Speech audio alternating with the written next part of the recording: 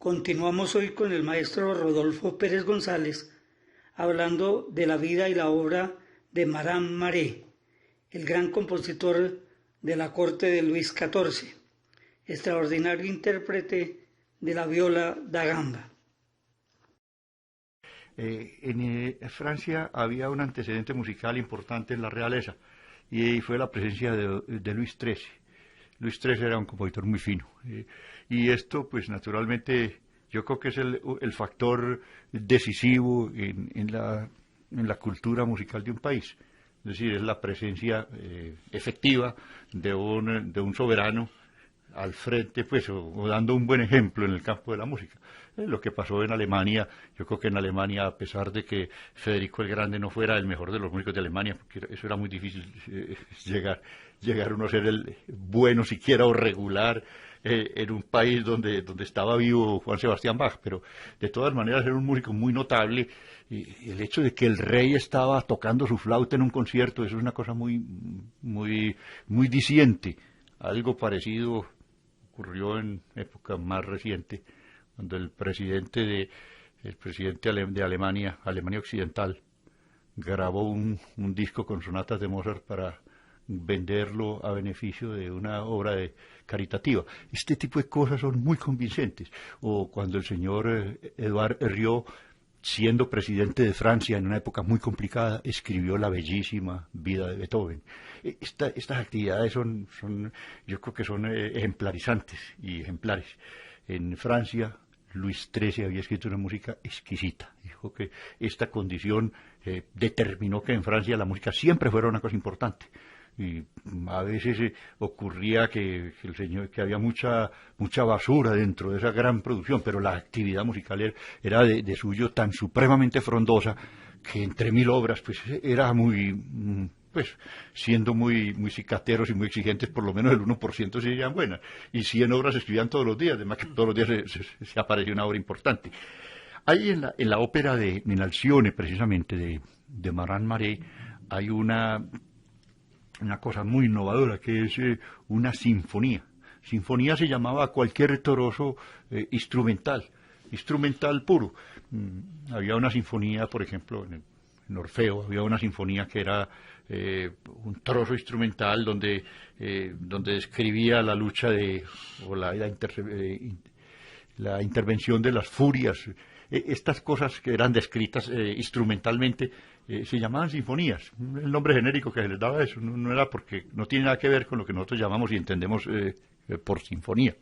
Pero en la ópera Alcione hay una de estas sinfonías, un trozo instrumental que se llama La Tempestad.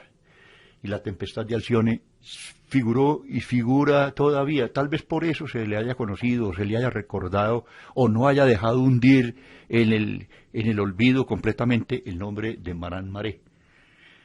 Este señor, aparte de que era un virtuoso excepcional, virtuoso en el sentido musical, de tener una capacidad más que normal de dominar todos los problemas del instrumento, dice que la característica de él era un cierto tono de sentimiento elegíaco. La música de Maran Maré tiene veneno. Esta cosa a uno lo sobrecoge, lo conmueve. Es una música que penetra. Y esta cosa, dicen algunos que era una cosa de origen italiano, eso de cualquier origen que sea. En todo caso, en Maran Maré, ese sentimiento o esa tristeza velada y refinada es siempre un distintivo bellísimo. Esta producción del señor Maran Maré se realiza, como decíamos, cuando los contemporáneos, como por situarlo, aunque no tuviera mucha relación con ellos, pero que son los demarcantes de la época que vivió. Es decir, aunque sus relaciones fueron muy distantes, Maran Maré vino a tener una participación activa en la música francesa cuando actúa como director y como compositor de ópera, pero toda su obra, que es la más importante, no hay duda de que sus libros de viola son muchísimo más trascendentales y más eternos,